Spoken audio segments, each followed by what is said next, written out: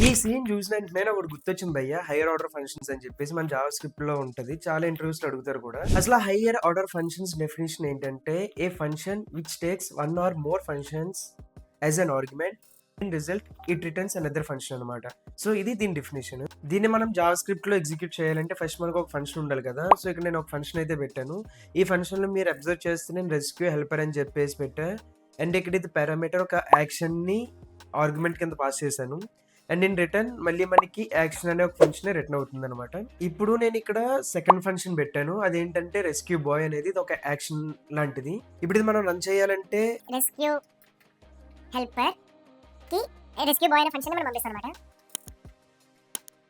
ఇప్పుడు rescue helper లోకి rescue బాయ్ని పంపించాక మనకు అవుట్పుట్ ఏంటి వస్తుందో చూద్దాం.